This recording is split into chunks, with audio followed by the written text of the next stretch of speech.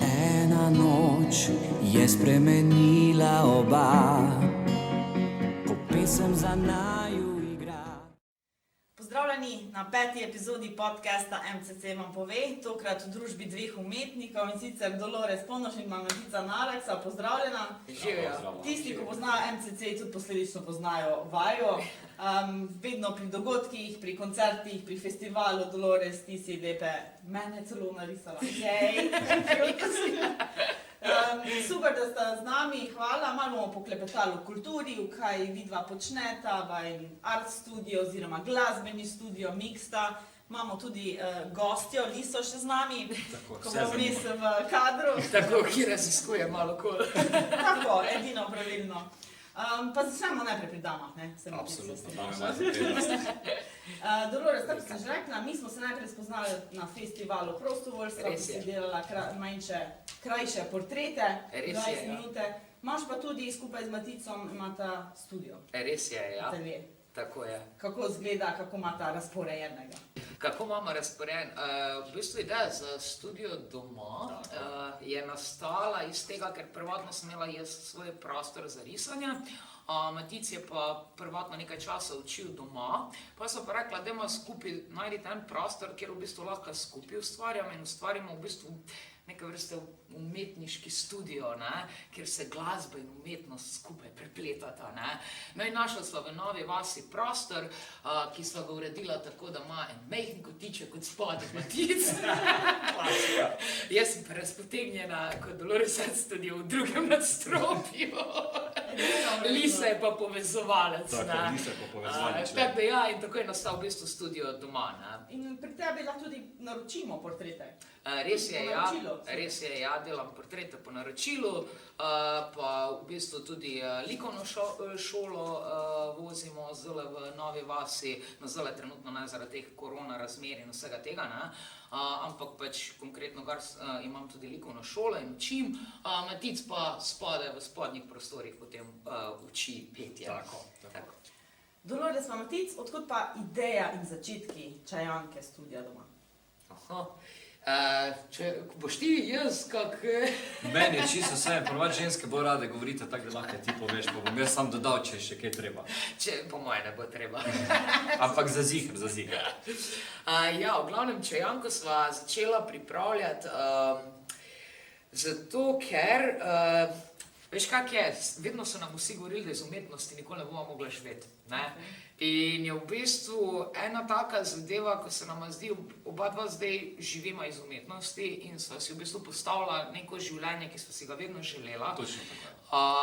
In v bistvu skozi Čajanko želiva dati ljudem neko spodbudo, ki mogoče začenjajo v tej smeri, da pač da se, ne?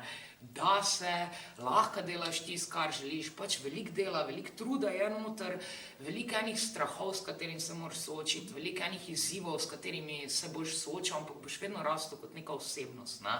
In dejansko najina Čajanka so v bistvu 15-minutni pogovori, kjer se midva pogovarjava v bistvu o teh strahovih, s katerimi smo se soočala, o problemih, na katere so prišla in katere so mogla nekako razrešiti.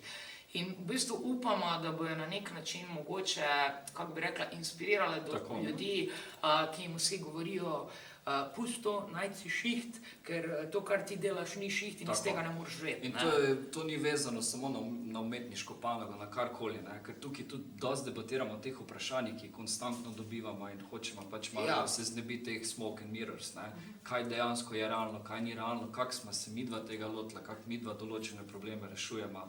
In se mi zdi tak en zelo lep vpogled v to, kaj delamo in kak je mindset, ki ga imaš od zadaj, ker roko na srce nama je dosti pomagalo to, da smo se midva ful o tem pogovarjali, da smo se ful izobraževali na tem področju. Tudi zdaj te podcasti, mislim, znanje imamo res tako dobro dosegljivo, ne? Ker včasih pač tega nisi mogel zvedeti, ne? In smo pač rekla, da to bi naredila. Ja, midva smo v bistvu imela ful support eno od druge, ker smo oba dva v nekak... Ne klasičnih panikih. Tako, ja. Ampak obeh je bil skupna zadeva, da pač iz tega se ne da živeti, ne? So pač oba dva tako. Seveda, trdno sta pa smo. Delita vajne izkušnje in proces, skozi katerega sta šla. In še zdaj gremo. No, seveda, ja. Kdo so pa to vajni udeleženci Čajanke? Predvsem mladi?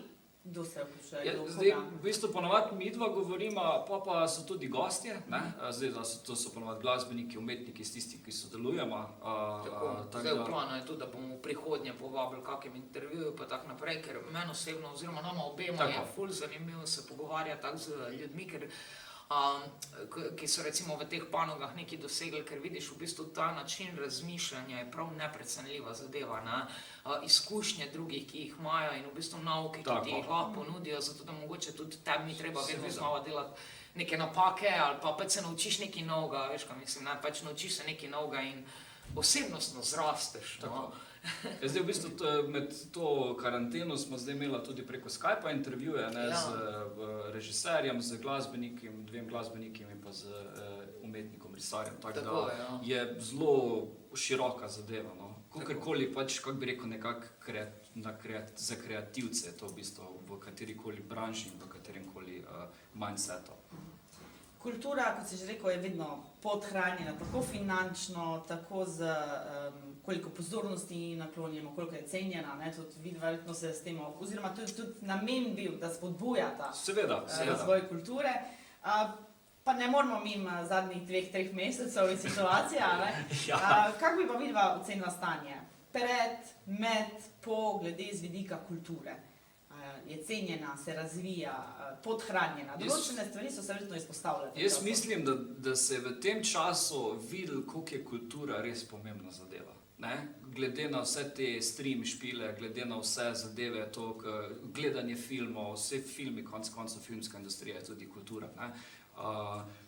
Pomeni se je videlo, da je kultura zelo, zelo, zelo pomembna panoga, ki mogoče nima takojšnjega učinka, ampak ima pa dolgoročni učinek. Ne? Tako da, kako bi rekel, pred se mi zdi, da je bilo eno tako stanje, kjer je bilo vse že noro, gužva, levo, desno, pa se je kar naenkrat vse umiril. Zdaj pa v bistvu, kako bo pa naprej, jaz mislim, da bo ful pozitivno, vsaj kar se kulturne branže tiče, zato ker se mi zdi, da se je malo premešala situacija in da bo veliko takih projektov, ki nikoli niso imeli časa prej, bo zdaj zaživeli. Ja, pa ljudje bojo znali, verjetno, mislim, vsi mi bomo zdaj vemo, kak je, ko ne greš, ne vem, na koncert, pa na razstavo. Ja, itak, ker ti ga pegla, ne, zato šele takrat se vidi, ko ti neko stvar vzamejo, ne, ker meni je bilo tudi tako smešno to, ko ni bilo te karantene, ne, so bili vsi notri, pa so igrice špila, ne. In zdaj pa si pač špilo tiste igrice nekaj časa, ne, ampak pač so pa vsi hoteli ven, ne. Ponovadi šele takrat, ko ti nekaj vzamejo, šele takrat začneš ti ceniti. Smo družabna bitja, ki se radi družimo, radi doživljamo kulturo. Se iz nje tudi veliko naučimo in upam, da če dalje bolj. Točno tako, ja, res. That's the plan. Na Facebooku imaš trenutno tudi en poziv zbiranja fotografij in ima tudi eno humanitarno noto. Ja, res je. V bistvu padla mi na pamet ena taka zanimiva ideja. Namreč zbiram fotografije mojih Facebook followerjev, by the way, Facebook je Dolores Art Studio, tako da pošiljajo mi ljudje svoje fotografije in potem sama zberem tiste, ki so mi najbolj zanimive, ne, v bistvu sem bila ful navdušena, kakšne zanimive kompozicije sem vse ven potegnila in naredim kratek video, približno 20 minut do pol urce porabim za eno tako sliko in naredim kratek video, kjer v bistvu narišem to osebo, vedno v neki drugi tehniki pa na nek drug način, ampak v glavnem ideja je, da se v bistvu naredi neka mala sličica te osebe. Ko bom imela svojo razstavo, ki je v planu nekje konec tega leta oziroma začetek naslednjega, bo pa možno te sličice za simbolično ceno tudi odkupiti in ves zbran denar smo se odločili, da bomo dali za pomoč malim živalim v zavetišča, za hrano in tako naprej. Solidarno s svojim talentom tudi pomagaš drugim. Odlično. Še vedno lahko, tako da povabilo vsem na Dolores Art Studio Facebook, check it out, pa se vključite v zadevo. Tako. Pa gremo zdaj na Matisa. No, dajmo, da ne bojo fanti v ozadju, ja. Vedno je tako, vedno v senci od punc. Ampak navajen si pa odrskih prizorišč, žarometov, predvsem te mi poznamo kot pevca Cobra Rock Showa. Pred kratkim smo imeli veselje videti na stream špilu, ki ste ga posneli, ta občutek online. Ja, v bistvu je kar malo tak creepy feeling, malo je tak čuden, zaradi tega, ker vedno si navajen, da dobiš energijo nazaj od publike, tako da tukaj so bile zdaj samo kamere in zamišljeni obrazi, če vsa tehnika štima, ne. Tako da ja, ampak mislim, da je prav super izpadlo, ne. Sicer itak, da so dosti boljši so te live špili, se kar se tako med to karanteno tudi opazilo, da glasbeniki vsi govorimo, da je vse so fajn te stream špili, no, online, ampak tisti live je pa vse nek dogodek, ne. Energijo, ki jo dobiš nazaj, pa tudi ti pa bolj, ne? Tako, pa cela procedura, greš tam, se vidiš s kolegi, spoznaš nove ljudi, tako da live špili so le live špili. Backstage experience. Točno tako, ja. Zdaj pa mi povejta, ker oba dva umetnika, če nekdo ne zna pet, ga lahko nauči pet, da ne fuša in isto, če nekdo nima talenta za risanje, ga lahko naučiš risati.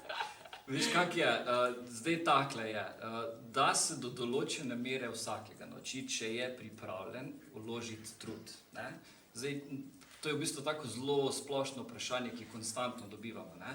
Zdaj, če bi ti želel biti, ne vem, Freddie Mercury ali pa Pavarotti, ne, če do zdaj nisi bil baš nek vrhunski pevec, je to kar težko dosežeti, ne. Ampak je pa vedno tak, če ima nekdo toliko potenciala, pomeni, da je zelo talentiran in nič ne dela, pa ga izkoristi samo tokle, ne. Nekdo ga ima pa malenkost manj, pa izkoristi celega, to je boljše, ne. Tako da, če je volja, se da marsikaj narediti. Tako da...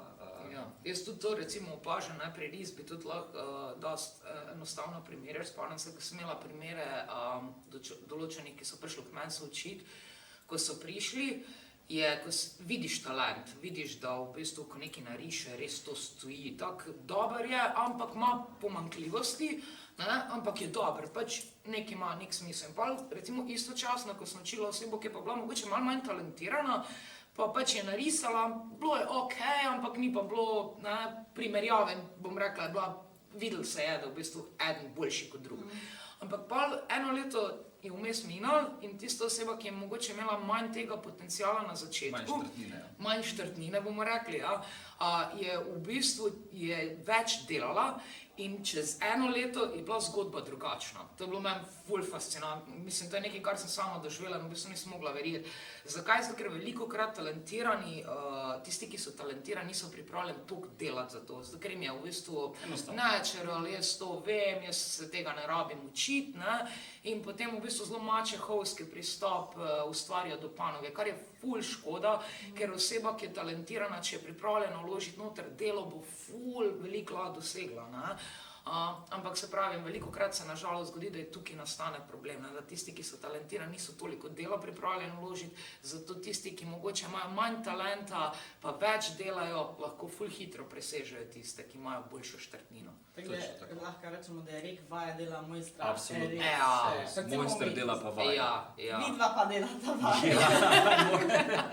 Hvala za kompliment, ampak ja, vaja dela mojster, mojster pa vaja. Tako da fajn je, če imaš štartnino, ne, je pa v bistvu pač vaja, jaz bi rekel 15% je talent, ostalo je pa blood, sweat and tears.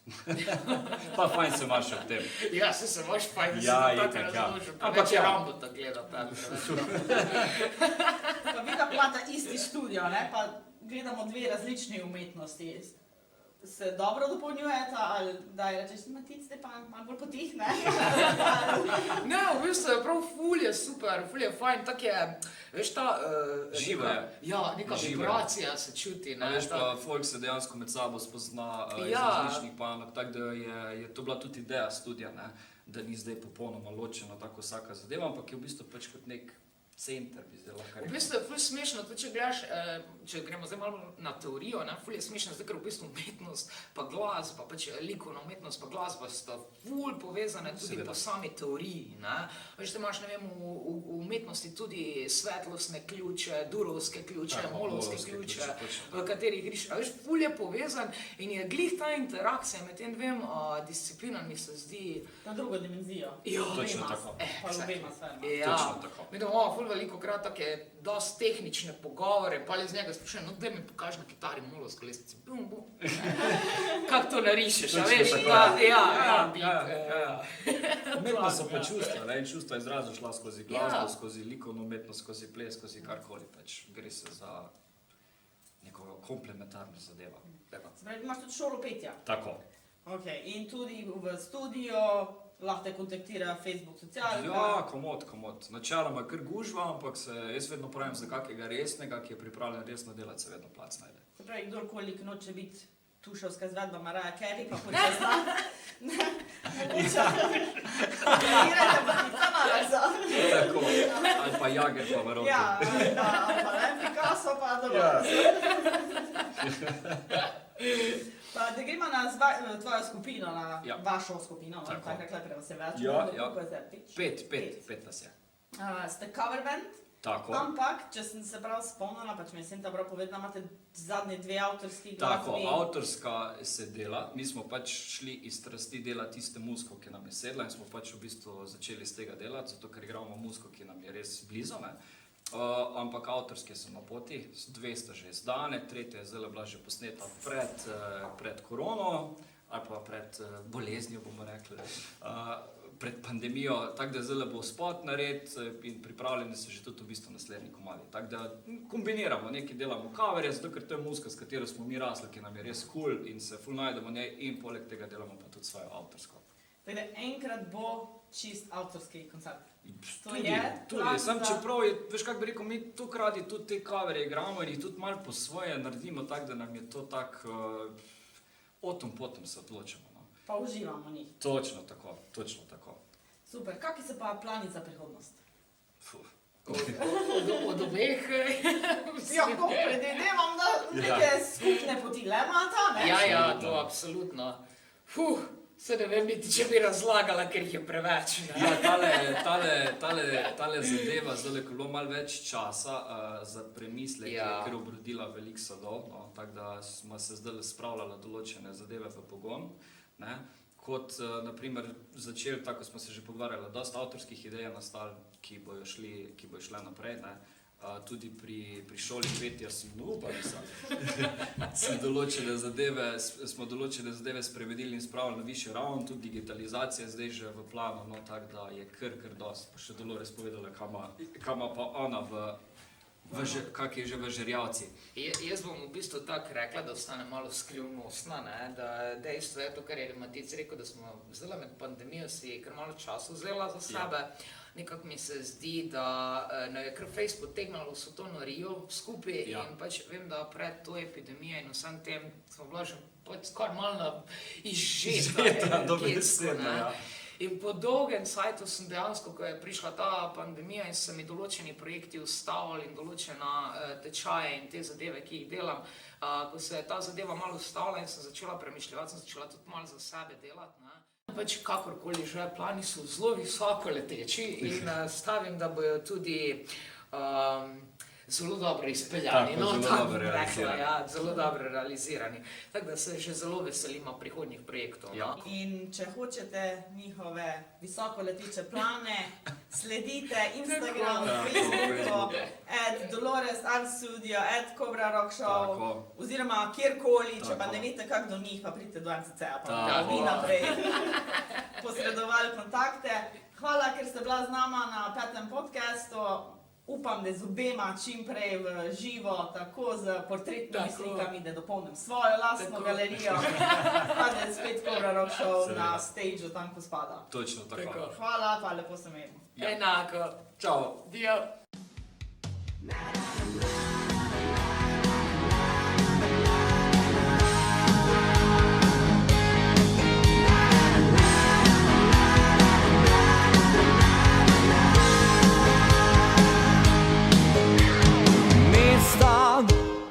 Samo spi, izgubljene daljavi so luči.